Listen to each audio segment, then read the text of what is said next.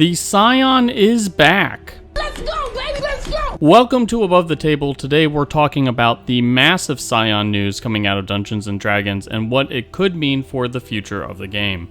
Now before we dive in, be sure to hit those like and subscribe buttons so we can keep making videos just like this one. Today, Wizards of the Coast announced a new playtest for the Psion Class for Dungeons & Dragons. The playtest includes base class rules plus 4 subclasses: the body-shifting and very gross Metamorph, the reality-warping Psi-Warper, the offensive-minded Psykinetic, and the Telepath. Assuming that the Psion survives playtesting, it would be the first time a new class has been added to D&D's 5th edition since the Artificer came back in 2018.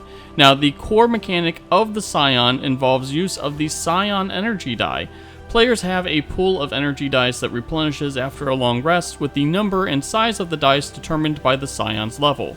These Psion energy dice can either be rolled to increase the results of various checks or saving throws, or can be spent to fuel various Psion abilities. Players also gain modular psionic disciplines at various levels, granting them more optional abilities as they level up. Now, while Psions and Psionics have a long tradition in Dungeons & Dragons, they've only received a handful of subclasses in 5th edition. However, the introduction of the Psion isn't the biggest news coming out of all of this. Notably, the Psion and Psionics are also heavily associated with Dark Sun, a post-apocalyptic campaign setting that many considered to be off the table for 5th edition due to the need to update parts of the setting to bring it in line with current sensibilities.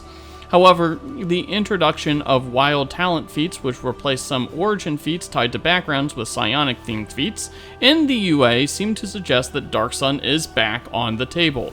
Our guess is that we're going to see a new Dark Sun supplement coming out in 2026 with a similar looking release to this year's Eberron Splat book. The fact that Wizards is testing out a new class is also massive news, as D&D was pretty set on its 12 core classes plus 1 extra up until this year. This marks a huge departure from how Wizards has handled D&D in the past, and it's another sign that this isn't more of the same 5th edition. It's basically a whole new edition, but it's not. Anyways, what do you think of the new Psion class? Let us know your thoughts in the comments, and don't forget to hit those like and subscribe buttons.